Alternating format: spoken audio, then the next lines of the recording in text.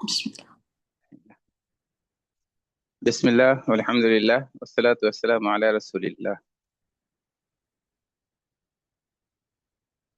تو آج کا جو ہمارا درس ہے وہ ہے فقہ الخوارج۔ اس سے پہلے ان کے جو عام نظریات ہیں خارجیوں کے وہ پڑھے تھے۔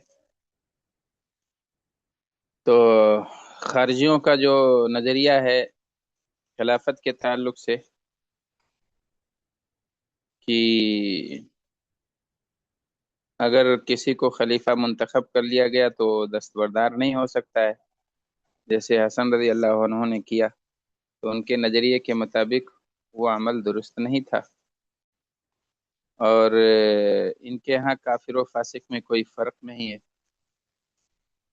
اگر کوئی گناہ کبیرہ کرتا ہے تو کافر ہو جاتا ہے۔ شیخین کی خلافت کو تو صحیح مانتے ہیں، اور ایسے ہی عثمان رضی اللہ عنہ کی جو ابتدائی کچھ سالوں کے کی خلافت ہے اسے درست کہتے ہیں، اور علی رضی اللہ عنہ کی خلافت تحکیم تک مانتے ہیں۔ کہتے ہیں کہ لوگوں کو حکم بنایا تھا علی نے، ثالث بنایا، لہذا کفریہ کام کیا اور وہ کافر ہو گئے، نعوذ باللہ۔ ومن لم يحكم بما انزل اللہ فاولئک هم الکافرون سے انہوں نے استدلال کیا۔ اسے پڑھا، قرآن کی آیتیں، قرآن کے احکام انہوں نے سمجھا نہیں تھا، نبی صلی اللہ علیہ وسلم کے فرمان کو اچھے سے پرکھا نہیں تھا، اکھڑ تھے، جاہل تھے، دیہاتی تھے، کم پڑھے لکھے تھے، سنگ دل تھے اور بدو تھے، قرآن و حدیث کے فہم سے عاری تھے، اس لیے انہوں نے اس طرح کے نتیجے نکالے۔ اب اس کے بعد آگے فقہ الخوارج، خارجیوں کی فقہ۔ تو خوارج کی فقہ میں سب سے پہلے کانا جہلہم بالحدیث وعدم تحملہم لہ عن غیرہم لأنه متهم في نظرهم سببا ان فقہم جاء مخالفا للاحکام الشرعیہ۔ تو کانا جہلہم بالحدیث، حدیث سے ان کی جہالت کی وجہ سے، حدیث سے ان کا جاہل ہونا، وعدم تحملہم لہ، اور حدیث کو دوسروں سے نہ لینا، دوسروں سے حدیث نہیں لیتے تھے، جو خارجی ہوتا تھا بس اسی سے حدیث لیتے تھے، اسی کو مومن سمجھتے تھے۔ لأنہ، کیوں دوسروں سے حدیث نہیں لیتے تھے اپنے علاوہ دوسروں سے؟ لأنہ متہم، کیونکہ وہ متہم ہوتا تھا فی نظرہم، ان کی نظروں میں۔ تو حدیث نہیں سمجھے تھے، حدیث اپنے علاوہ کسی دوسرے سے نہیں لیتے تھے، اس لیے کہ ان کی نظروں میں وہ متہم ہوتا تھا بلکہ وہ مومن نہیں ہوتا تھا۔ سببا فی ان فقہہم جاء مخالفا لأحکام الشرعیہ یا لأحکام الشریعہ الاسلامیہ،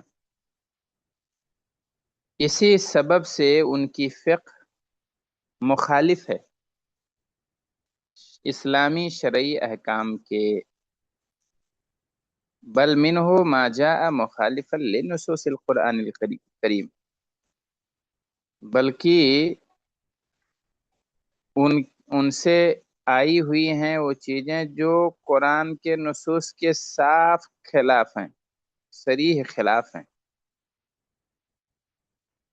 صرف یہ نہیں کہ انہوں نے ان کی فقہ میں ذرا مخالفت ہے شرعی احکام کی، بلکہ قرآنی نصوص کی صراحت کے ساتھ خلاف ورزی ہے۔ قرآن جسے ماننے کا، جسے اپنانے کا ان کا دعویٰ تھا، قرآنی نصوص کے ہی خلاف ان کی فقہ ہے،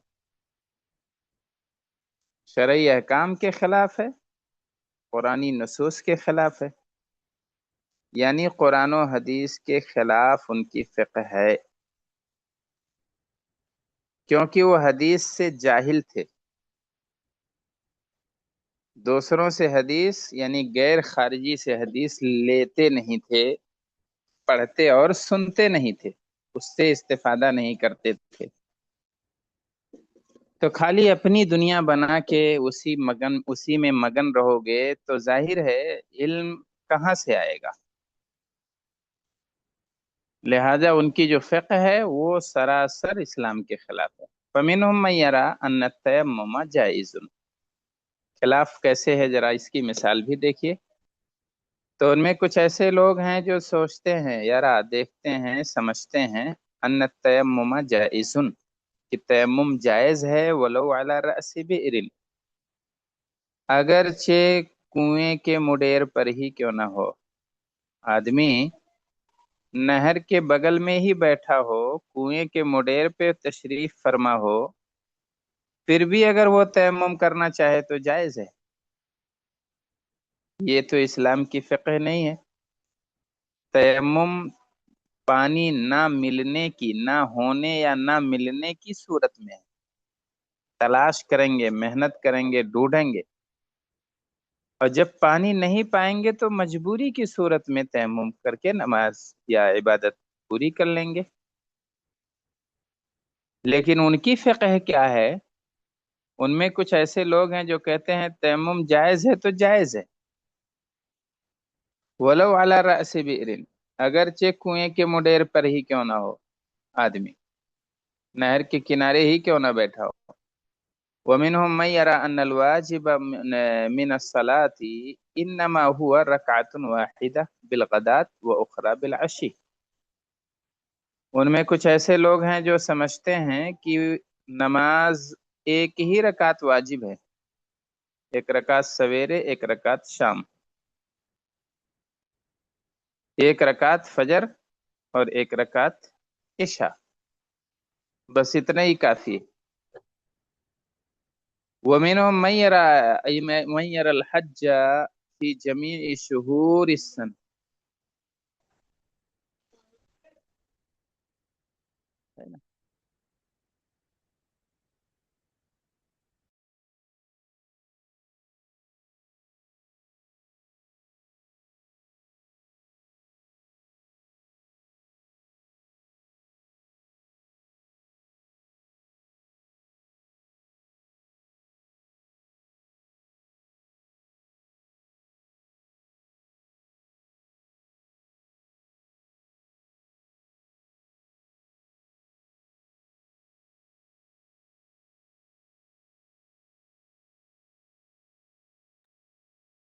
ومنهم من يرى، اور ان میں سے کچھ ایسے لوگ ہیں جو سمجھتے ہیں کہ ان الواجب من الصلاة انما هو رکعة واحدة بالغداة واخرى بالعشي،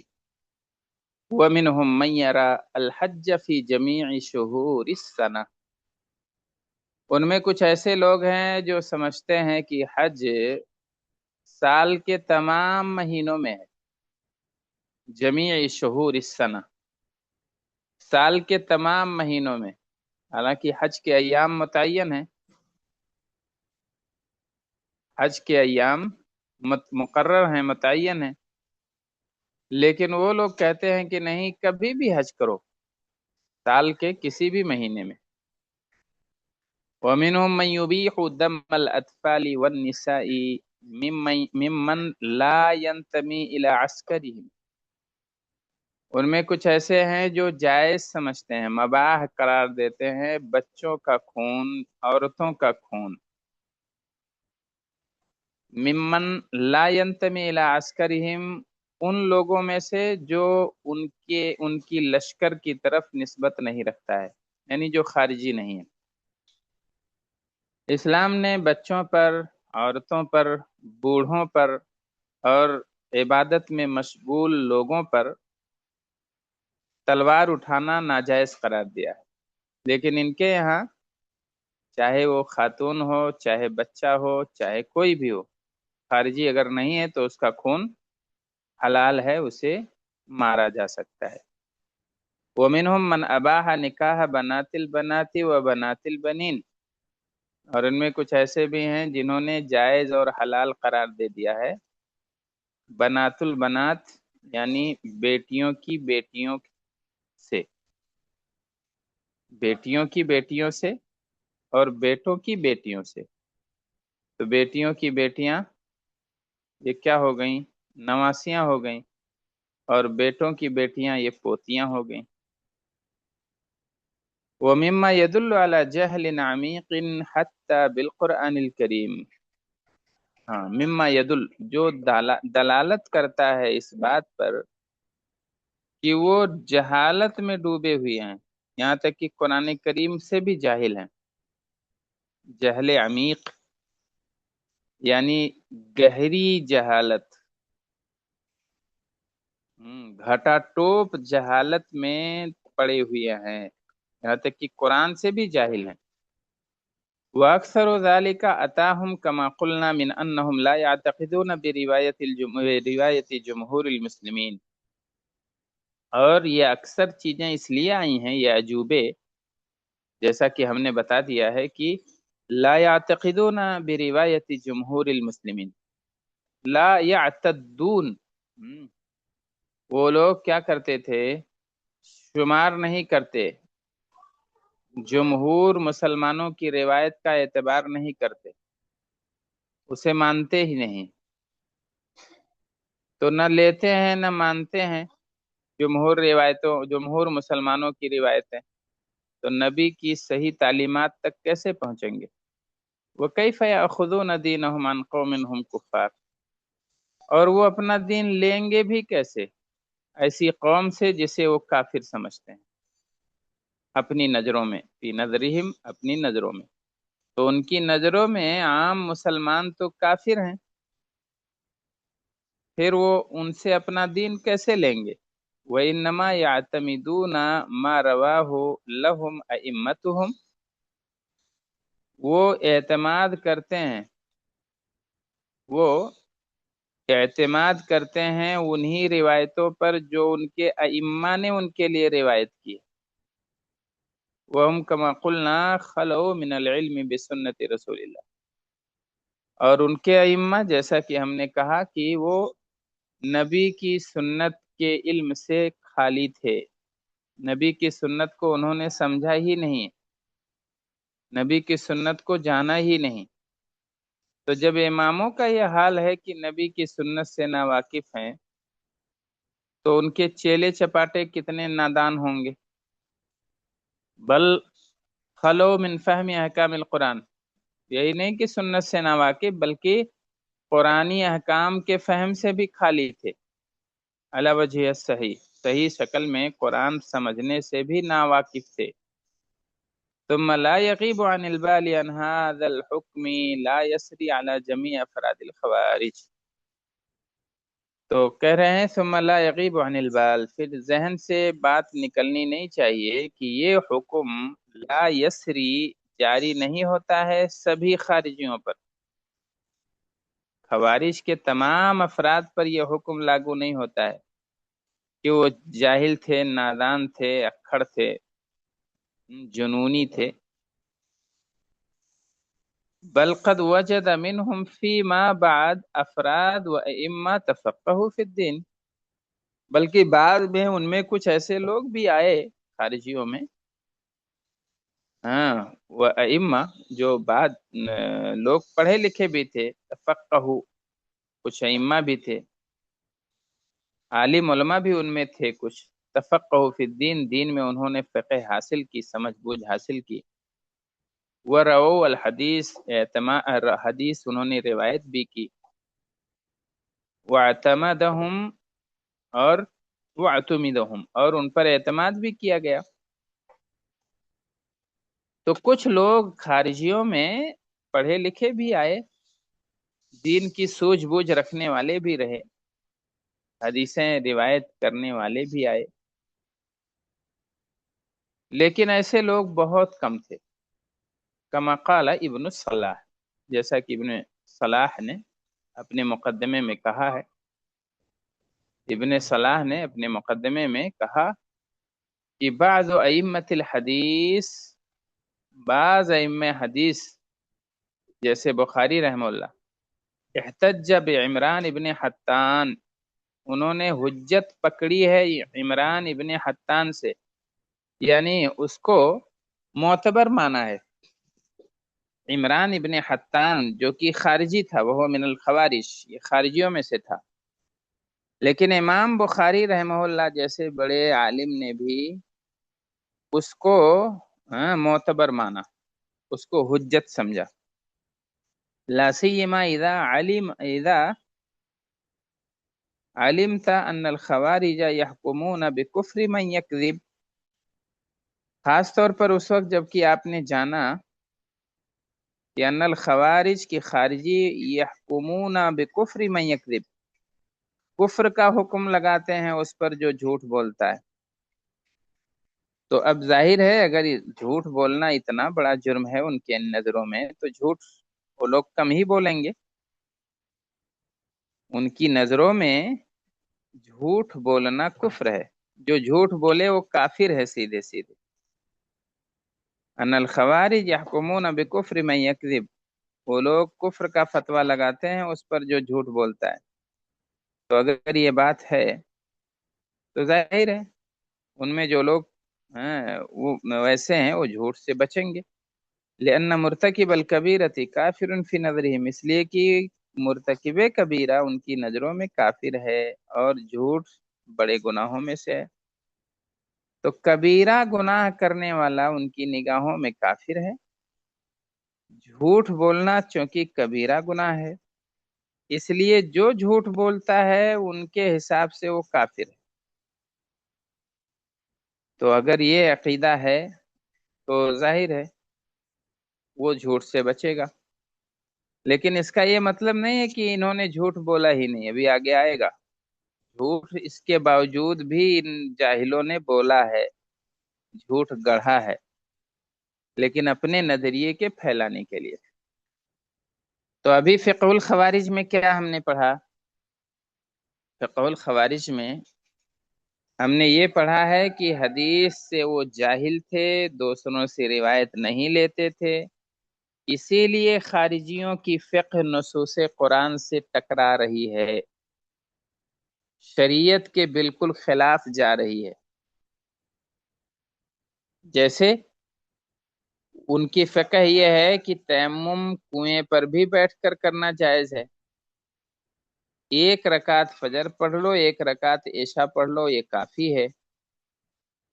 حج کبھی بھی کسی بھی مہینے میں کر لو، چلے گا۔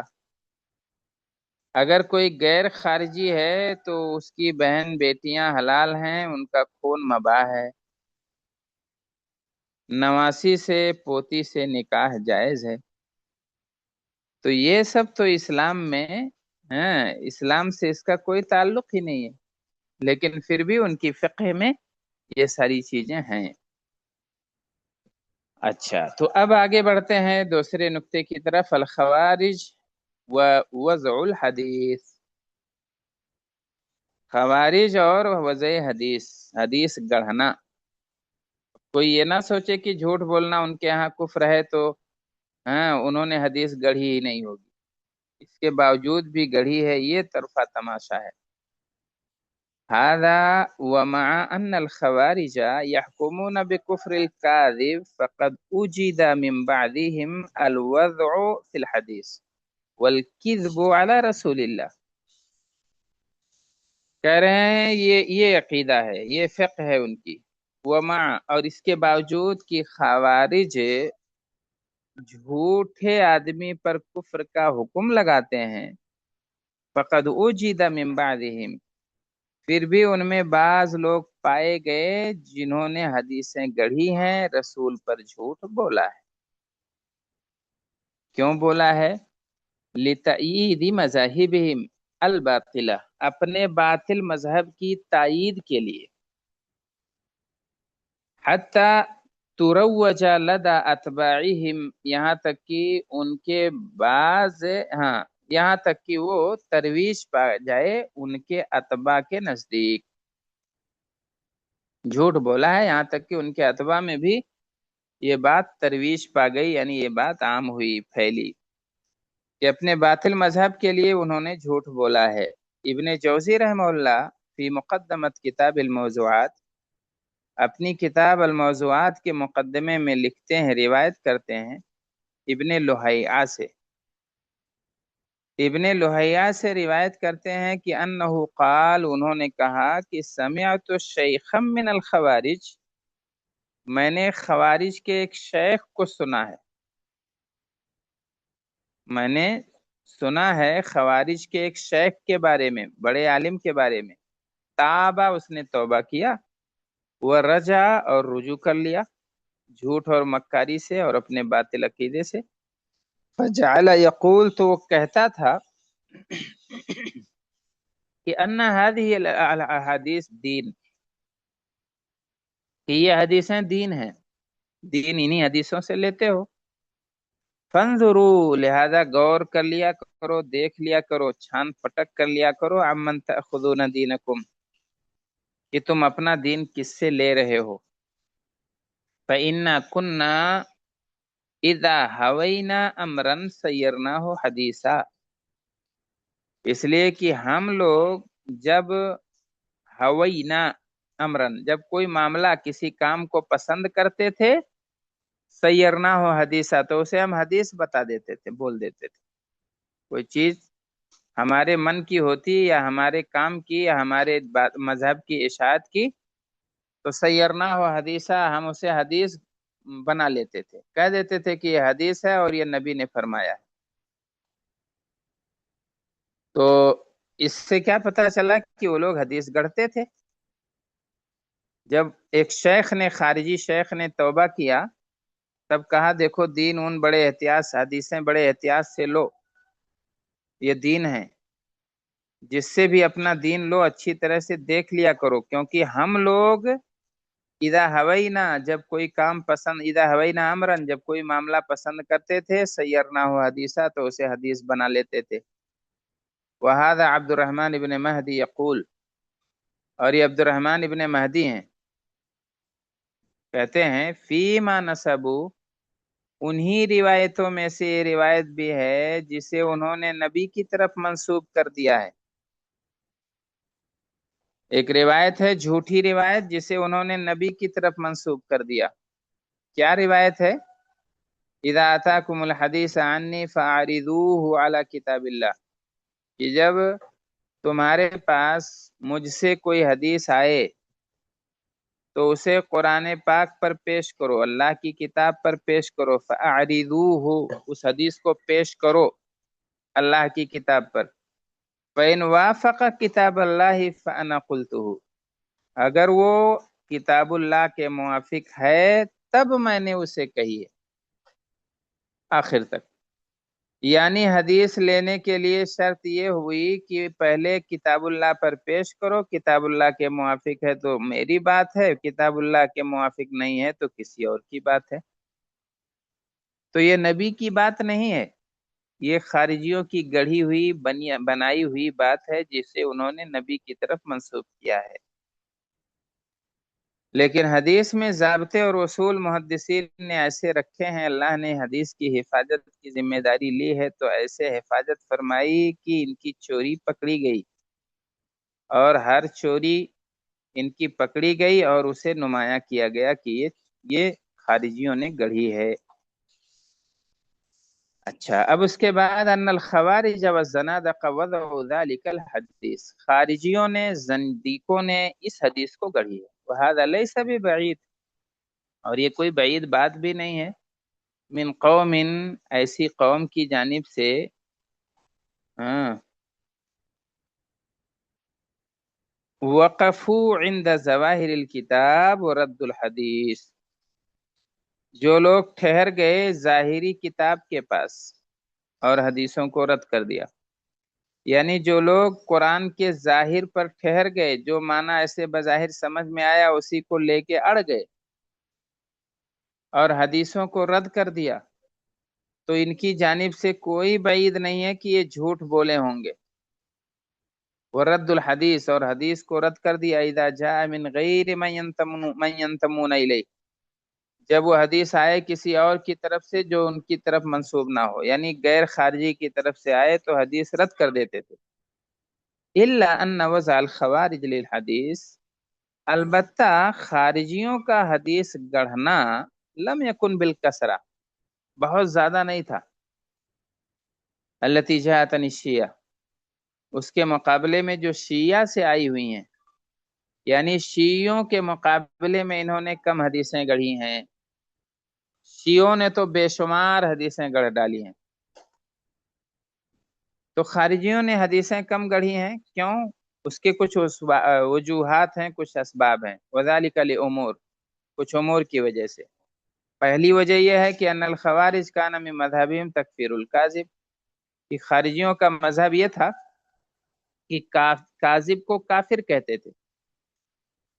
کاذب کو، جھوٹے کو کافر ماننا ان کا مذہب تھا۔ وذالک مما یجعل الکذب فیہم قلیلا، اسی وجہ سے ان میں جھوٹ کم تھا۔ جب جھوٹ اتنا بڑا جرم ہے تو ظاہر ہے اس کی جرات کم ہی لوگ کریں گے، یہ پہلا سبب۔ دوسرا سبب یہ ہے کہ انہم کانوا لبداوتہم وجفاء طبعہم وغلظتہم غیر مستعدین لقبول افراد من الامم الاخرى، کہ وہ لوگ اپنی بداوت یعنی اپنی دیہاتی پن کی وجہ سے، وجفاء طبعہم اور اپنی طبیعت کی سختی کی وجہ سے، وغلظتہم اور اپنے اکھڑ پن کی وجہ سے تیار نہیں تھے، غیر مستعدین، تیار نہیں تھے دوسری امت کے افراد کو قبول کرنے پر، دوسرے لوگوں کو قبول کرنے پر وہ تیار نہیں تھے، جیسے فارسی، یہودی، الذین اندسوا فی الشیعہ، جو لوگ شیعہ میں گھس گئے اور بہت ساری حدیثیں گڑھی ہیں، ووضعوا کثیرا من الاحادیث۔ تو یہ جو فارسی ہیں، ایرانی ہیں اور یہودی ہیں، اہل کتاب ہیں، ان لوگوں کو انہوں نے قبول ہی نہیں کیا، جو اجنبی تھے، جو دوسرے لوگ تھے، اپنے دین میں انہیں قبول نہیں کرتے تھے، جبکہ شیعہ میں کوئی بھی گھس جاتا تھا، اس لیے انہوں نے خوب حدیثیں گڑھی ہیں شیعوں نے، اور خارجیوں نے چونکہ دوسرے لوگوں کو جلدی قبول نہیں کیا، تو یہ دوسرے مذہب کے لوگ اور جھوٹے مکار لوگ اس میں آئے نہیں، اس لیے جھوٹ کی نسبت کم ہے۔ تیسری وجہ کیا ہے؟ کان عماد الخوارج فی محاربت خصومهم انما هو اسلحتهم وقوتهم وشجاعتهم، کہ خارجیوں کی بنیاد اپنے دشمن سے لڑائی میں اسلحہ اور طاقت اور شجاعت ہی تھی، یہ بیچ وچ میں کوئی چیز رکھتے نہیں تھے، مدارات وغیرہ نہیں کرتے تھے، بس ہمارا دشمن ہے تو تلوار فیصلہ کرے گی، ہمارا مخالف ہے تو اب میدان جنگ میں فیصلہ ہوگا، اب آؤ لڑ کے فیصلہ کرو، دلیل اور سمجھ اور بوجھ اور قرآن اور حدیث یہ سب بعد کی بات تھی، خارجیوں کی بنیاد اس پر تھی، اپنے دشمن سے لڑائی میں ان کا اسلحہ تھا، ان کی قوت اور ان کی شجاعت تھی۔ وَكَانُوا مَعَ ذَلِكَ صُرَحَاءَ لَا يَعْرِفُونَ التَّقِيَّ، اور اس کے ساتھ ساتھ وہ لوگ صریح تھے، صاف صاف جو کرنا تھا وہ کہتے تھے، تقیہ وغیرہ نہیں جانتے تھے وہ، التی استخدمها الشیعہ، جسے شیعہ نے بہت استعمال کیا، شیعوں کے ہاں تقیہ ایک عقیدہ ہے، وہ آگے آئے گا انشاءاللہ ہم پڑھیں گے، تو شیعوں کی طرح تقیہ وقیہ ان کے ہاں نہیں تھا، وہ صریح تھے، صاف صاف جو کچھ کہنا ہے بولتے تھے، دشمن ہو تو چلو لڑو، تیار ہو جاؤ مرنے مارنے کے لیے، ایسا تھا۔ لذالک تراہم لم یلجؤ الی الکذب، اسی لیے آپ دیکھیں گے کہ وہ لوگ جھوٹ کا سہارا نہیں لیتے تھے، اپنے دشمن کی تنقیس کے لیے جھوٹ کا سہارا نہیں لیتے تھے، اپنے دشمن کو کمتر بتانے کے لیے جھوٹ کا سہارا نہیں لیتے تھے، لأنہم فی نظرہم کفار، کیونکہ ان کی نظروں میں ان کے مخالفین تو کافر تھے، ولیس بعد الکفر عیب، اور کفر کے بعد کوئی عیب نہیں بچتا ہے، ینتقص به صاحبہ، کہ جس کے ذریعے سے اس کی برائی کی جائے، یعنی اس عیب والے کی عیب جوئی کی جائے، اب کفر سے بڑا اور کون سا عیب ہو سکتا ہے؟ تو جب یہ لوگ کافر کہہ ہی دیتے تھے تب پھر یہ نہیں کہتے تھے کہ یہ آدمی ذرا مروت کے خلاف ہے، ذرا فلاں اس کے اندر فلاں عیب ہے، فلاں عیب ہے۔ جب اتنا بھاری بھرکم عیب رکھ ہی دیتے تھے تو پھر چھوٹے عیب رکھنے کی ضرورت ہی کیا تھی؟ فلم یبق سوی السیف، تو پھر بیچ میں تلوار کے علاوہ اور کچھ بچتا نہیں تھا۔ یعملونہ فی رقابہم من غیر مداہنہ ولا مداجہ، وہ لوگ استعمال کرتے تھے ان کی گردنوں پر بغیر کسی مداہنت کے، بغیر کسی مدارات کے، بغیر کسی مداہنت، نرمی، اور بغیر کسی جو ہے خاطر تواضع کے، بس تلوار سے کام لیتے تھے۔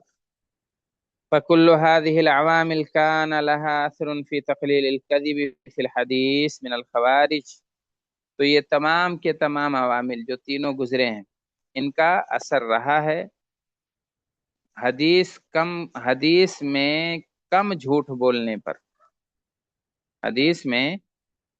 خارجیوں کی جانب سے حدیث میں تقلیل کذب کا یہ تکذیب یا تقلیل کذب پر ان کا اثر رہا ہے، یا ایسے سمجھیں کہ یہ تمام عوامل اثر انداز ہوئے ہیں خارجیوں کے حدیث میں کم جھوٹ بولنے پر، بالنسبت الی غیرہم، بنسبت ان کے علاوہ دوسروں کے، من الفرق الاخرى، دوسری جماعتوں میں سے جو دوسروں کی بنسبت انہوں نے جھوٹ کم بولا ہے، تو اس کی یہی تینوں وجوہات ہیں۔ وَمَعَ ذَلِكَ لَمْ يَعْدِمُوا أَفْرَادًا مِّنْهُمْ اصْطَنَعُوا الْأَكَاذِيبَ، اس کے باوجود بھی ان کے افراد میں نادر نہیں ہے، ناپید نہیں ہے ایسے لوگ اصطنعوا الأكاذيب جنہوں نے جھوٹ گڑھا ہے، جنہوں نے جھوٹ بنایا ہے، واختلقوا الاحادیث، اور حدیثیں گڑھی ہیں۔ ایسا نہیں ہے کہ ان میں ہیں ہی نہیں، اس عقیدے کے باوجود بھی انہوں نے حدیثیں گڑھی ہیں، ان میں ایسے لوگ پائے جاتے ہیں جنہوں نے جھوٹ بنایا ہے اور حدیثیں جھوٹی گڑھی ہیں، کما رأیتا، جیسا کہ آپ نے دیکھا۔ ٹھیک ہے، تو خوارج اور وضع حدیث، اس میں ہم نے کیا پڑھا؟ اس میں ہم نے یہ دیکھا کہ خوارج بھلے جھوٹے کو کافر سمجھتے تھے، لیکن اس عقیدے کے باوجود بھی ان میں ایسے لوگ پائے جاتے ہیں جنہوں نے اپنی فکر پھیلانے کے لیے جھوٹ گڑھا ہے، جھوٹی حدیثیں بنائی ہیں، جیسا کہ ابن الجوزی رحمہ اللہ نے لکھا ہے، روایت کیا ہے ابن لہیہ سے کہ خارجیوں کا ایک شیخ توبہ کر لیا، تب اس نے کہا کہ حدیثوں کو ذرا پرکھ لیا کرو، اس لیے کہ ہم جسے پسند کرتے تھے اسے حدیث بنا کے پیش کر دیتے تھے۔ تو معلوم ہوا کہ انہوں نے جھوٹ بولا ہے۔ البتہ شیعوں کے مقابلے میں انہوں نے حدیثیں کم گڑھی ہیں، شیعوں نے تو بہت گڑھی۔ تو اس کی کیا وجہ تھی؟ اس کی تین وجوہات ہیں۔ پہلی وجہ یہ کہ یہ کاذب کی تکفیر کرتے تھے، اس لیے جھوٹ کم بولتے تھے۔ دوسری وجہ یہ تھی کہ یہ غیر مہذب اکھڑ قسم کے دیہاتی تھے اور دوسروں کو جلدی قبول نہیں کرتے تھے، یعنی یہودی، نصرانی، مجوسی۔ تیسری وجہ یہ تھی کہ یہ اسلحے اور شجاعت سے کام لیتے تھے، جھوٹ کا سہارا نہیں لیتے تھے۔ تو یہ اسباب ہیں جن کی وجہ سے انہوں نے جھوٹ کم بولا ہے، لیکن اس کا یہ مطلب بھی نہیں ہے کہ انہوں نے جھوٹ بولا ہی نہیں، حدیثیں گڑھی نہیں، اس کے باوجود بھی حدیثیں گڑھی ہیں، جیسا کہ کما رأیتا، جیسا کہ آپ نے دیکھا۔ کیا دیکھا؟ الموضوعات میں ابن الجوزی رحمہ اللہ کی روایت۔ جی، تو اب یہاں رکتے ہیں، انشاءاللہ اگلی گھنٹی سے ہم المبحث الثالث پڑھیں گے۔ شیعہ سے، یہ خوارج سے جان چھوٹے گی اور ایک دوسری وبا آئے گی، بلا، شیعہ اور ان کے عقائد۔ ان لوگوں کے بارے میں بھی جانکاری ہم حاصل کریں گے، لیکن وہ المبحث الثالث میں انشاءاللہ۔ تو ٹھیک ہے،